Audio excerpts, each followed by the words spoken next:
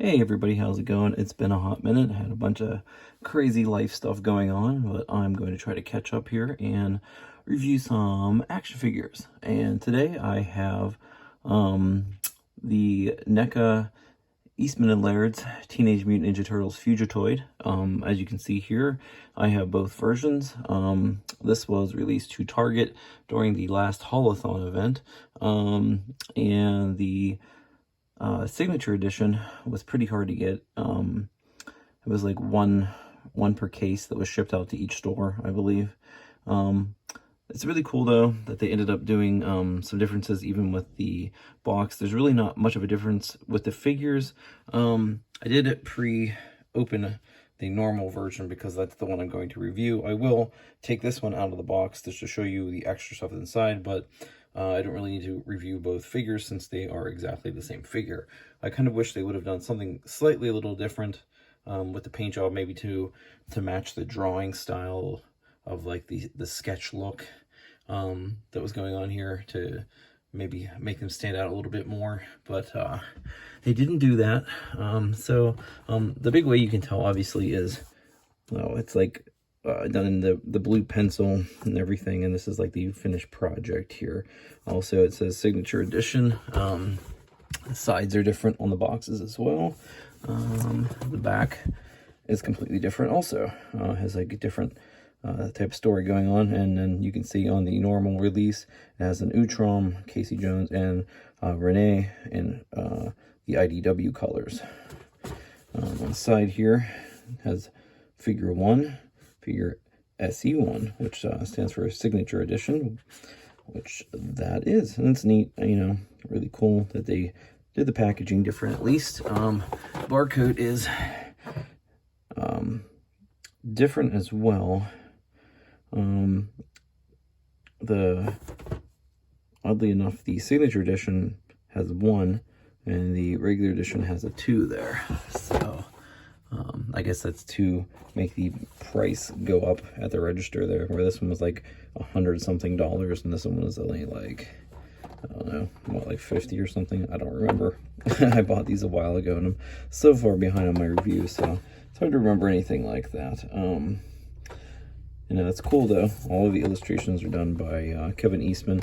I do kind of wish with this one it would have been done by Peter Laird. I'm not sure if Peter was contacted or if he just isn't interested in doing stuff like this anymore, but from what I recall, Fugitoid is like Peter Laird's like baby, like it was like his favorite.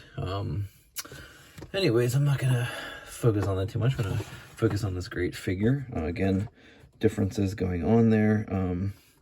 It's weird that the standard edition doesn't have this warning at the top, but the signature edition does. I didn't even notice that when I was originally looking at it.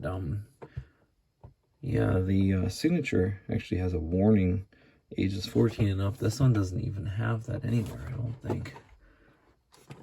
Huh, that's really interesting. Didn't even notice that before. Wonder why we would put that on that one and not this one. But anyways, let's open these guys up. Actually, I'm gonna open up the signature edition real fast, just so you guys can see what came in here and made it special. I love the packaging. Even on the inside is different. As the regular standard Fugitoid has a cityscape background like the original NECA figures did. Now, inside of this packaging has some really cool sketches going on here. These are just printed in here. It's not original artwork or anything like that. So that's that. Very cool. I love how that sets things apart. And then inside here, this is taped in. You get a little sketch card. Now these are printed. That artwork again is not original artwork, but the signature by Kevin Eastman is real. It's authentic. It's not printed on the card. Very, very cool. Very nice. Like that a lot. And again, there's nothing different at all, though, with the paint or anything like that on the figure. So I'm going to leave this as is in the packaging, and I will review the standard edition figure. Again, like I said at the beginning of my video, I do wish they would have done something a little different with the figure to make it stand out, like how the sketches look on the box and in the cards and stuff, where it's real blue and sketchy. You know, that would have looked really cool for this. I'm gonna get him out of the way. I'm gonna get the standard Fugitoid here and get him out. We'll get our review underway. I'll show you the standard background here as well. We'll get into that first. You saw how the Signature Edition had the like sketches in the background. This has the Mirage city background going on. Now, if these were like first colored in the first company graphic novels, so I'm not sure if that's where these colors came from, or if this is from the IDW recolor reprints that came out not too long ago, a couple years ago, and they're basing a lot of their color choices on that, which is unfortunate in my opinion, but I will probably still buy them all anyways. There are rumors and hints going around, even at San Diego Comic-Con, that figures like Renee, who are shown in the red here from her one time IDW color, being all red there, will be released as well in her blue outfit that she has had in every other version of Renee that's been in any show. The comics, the 2K3 cartoon, and really anything else she's been seen in, she's always had blue. So, oh well, what can you do? You can whine and complain, and no one listens to you. They just call you a whiny fan. Anyways, hold on one second. Okay, so we've got all kinds of cool stuff. We've got this really cool blaster, as you can see, has an opening here for a hand to go in. This actually goes to Donatello. It's from the Donatello one-shot, original black and white comic book. It's kind of a squishy plastic. The paint on this is really fantastic. I mean, outside of the sculpt being really great. And it's got this really cool Jack Kirby look, which is what the issue is like super inspired by. Really great. You know what, I'm gonna do a little step aside here for a moment. Fugitoid, you're gonna have to wait. We got the old school original Neca Donatello. Yes, this is the real deal. This is not a knockoff from eBay. This is the real deal. I am going to attempt to get this on. His hand pops off pretty easy. I don't know. I'm gonna get this in here. Let's see. Hopefully this doesn't take me too long. You guys don't have to wait. There we go. All right, so that's my advice to anyone trying to do this, is to get the hand in first, because I tried before making this video to get this in here and I could not get the hand in. This is gonna be tough. Oh, actually, it's not that tough. Oh, yes it is. I can't get his hand to sink back up. There we go. I got it. Okay, boom, boom, boom. So you can see Donnie's got that blaster on his arm. It is awesome to be able to add new accessories to these old figures. That looks really great. All right, so you can see that actually goes to Donatello. There you go. So there's that. Gonna get out of the way. Then we got this blaster. I feel like this goes to the like Federation soldiers. Not sure if we'll actually get those guys, but maybe with this being a hint. I'm not sure. Very cool though. The paint is gorgeous on these. It's got that great comic book look there. This is a very hard plastic. You don't want to try to bend this at all. It will break. I'm gonna bet on that. Let's see what else we got. We got all kinds of little accessories in here.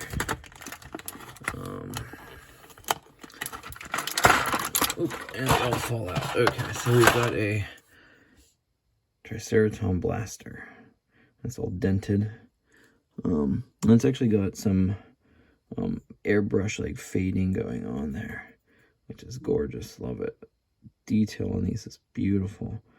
Neca did a really great job on these accessories. I mean, not that they didn't do a good job with the figure, but we haven't gotten there yet. So there's that. Then we get some more blasters. Really cool stuff. 2 different types. Hell, I don't even remember this one. I remember this one and the big one from the comic, but I don't remember who has these. So I don't know if the Turtles use these or not. I'd have to go back and look at my comics. Really, really gorgeous stuff. They look so fragile. You don't want to mess with those. Those are also hard plastic. Then you've got this Triceraton prisoner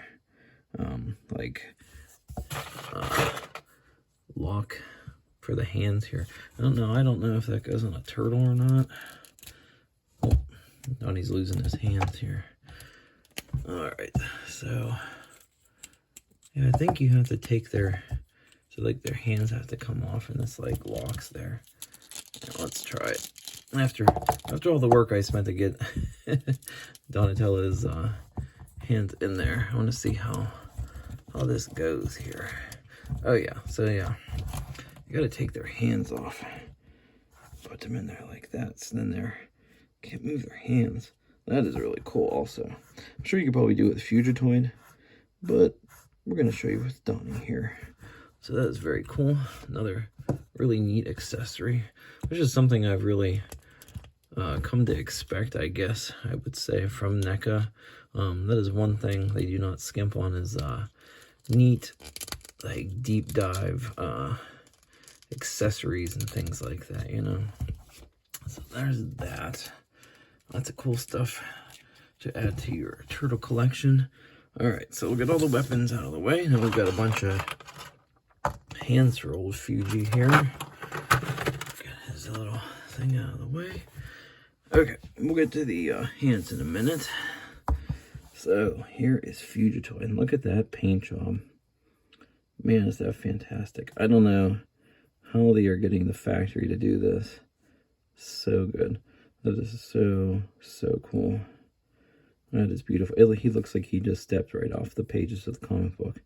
And he's got some really neat features going on also, which I'll get to in a minute. I just want you guys to really get a good look at that. The only thing that I really want to point out that I'm not a big fan of is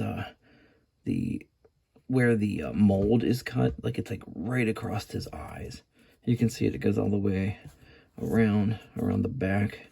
And it's also bad on the back because who the hell's looking at the back of an action figure all the time, right? But I mean, you can even see it. It's real thick where they had the line going through. Then it doesn't go through here, but then it comes back and goes through his eyes, which is a real bummer. Yeah. Sorry about my gross nail. I smacked my nail on this on a doorway and ripped my nail off. So it's healing right now. So he actually has a ball joint where his head, his neck plugs into his head. Then he has a ball joint where his neck plugs into his like collar area. It has a nice swivel going on. The arms, they rotate all the way around here. And he has a very unique build. This is actually kind of a unique type of sculpt for NECA because they don't usually have things like this. And the arms, they are bendy, which I am not a huge fan of. But it works for this character. I'm not going to be flexing the bendy arms and legs too much. because I'm afraid they will eventually snap, and I don't want to have to replace this figure. So, but they do rotate all the way around where it is connected, as you can see. You can kind of have a different look going on depending on how you want to do that. And then right out of the box was fine. Didn't have to heat anything up really. Now he has a, if you can see, he has a ball joint here where his like chest area meets his waist. And it rotates all the way around. It's nice. You can't really get him to go all the way around. I think it's because of the way his body is built. He's just real long and gangly, and I don't think, yeah, he's not articulated down there. I don't think. I can't tell. It looks like that is, no, this is all one solid piece here, it looks like. Okay, so there's that. You can't move his cuff area. That is like glued into place, I want to say. Now this rotates, well, it could rotate all the way around, but his arms and stuff stop it. Same thing, both sides. He gets a good kick there. He could be a football player. Again, same thing. Does not, his feet do not rotate there, but he does rotate here, the leg where it's pegged in up to his hip area. These do rotate. I'm having trouble rotating this side. I'm afraid it's going to break if I fuss with it too much because it's not really doing what I want it to do. But this one rotates all the way around. So I might have to heat this side up to try to get it to rotate better. I'm not sure what is going on there with that one. But I do not want to break my Fugitoid. So I'm going to show you the bendiness going on here. He's got it's a real thick arm. So the wire must be pretty decent inside there. You can actually feel, it feels weird, the rotation that goes on here with that. It's very nice though. I don't feel like it's going to snap easily. Of course, I'm probably tempting fate by saying that, but that's very, very good bendy. Very good bendy. So he could like sit in a vehicle very well. That would be nice to do that. These actually look like they're going to pop out. I don't want to fuss with that. All right. Don't do it, Mom. Don't do it. All right. So that is Mr. Fugitoid. Gonna do a little quick look at his hands here. They're a little rubbery. Oh man, are they tiny at the bottom where they connect. Afraid that might, oh my goodness, his fingers are going to break. Oh god. Nope. Whole bunch of nope there. They the hands pop out very easily. God, that scared me. I thought his finger was gonna break off. I have to glue that sucker back in. He's got all kinds of crazy wild hand designs here. They pop in real easily. But Lord, do they look like they're gonna break off, man. I do not want to mess with that. Yeah, so he's got kind of these like, oh my, oh wild frailing fingers here. Like, oh no, like, oh stop, you know. He's always fretting. He's very C-3PO in that aspect. You really just have to be careful with these. Thank goodness they pop out pretty easily. He's just such a delicate looking figure. You really don't want to mess with him too much. But yeah, that is Fugitoid. He is a welcome addition to the collection. He doesn't have holes on the bottom of his feet for a stand, which sucks because he's very flimsy and I feel like he's gonna fall over easily. I do love the attention to detail on the bottom of his feet. He does look great also next to Donatello. I'm gonna show you him next to Donnie for height purposes, so you can see what they look like next to each other. I think height-wise, that's pretty good. I feel like Fugitoid is bigger than the Turtles, so it does look really great together. The paint job on Fugitoid is actually better, in my opinion, than the Turtles, but Neca is making new turtle figures based on the Jim Lawson City at War type of look, or even, I guess, Return to New York, I should say. But yeah, he still looks really freaking awesome next to that. We also had the Claw Shredder figure come out recently. I'll show you that next to Fugitoid, and that'll be about it. Whoa! He's already attacking the good guys. Knock it off, Claw Shredder. There you go. So, the Fugitoid's a little on the wobbly side. I'm gonna get this leg situation under control there. There you go. You can see the height. Really cool figures. I'm really glad this Mirage line is coming back. It's my favorite, really. I'm a big Toon fan, but I'm really glad this is coming back. If you have the chance to get this Fugitoid figure, I would highly recommend it.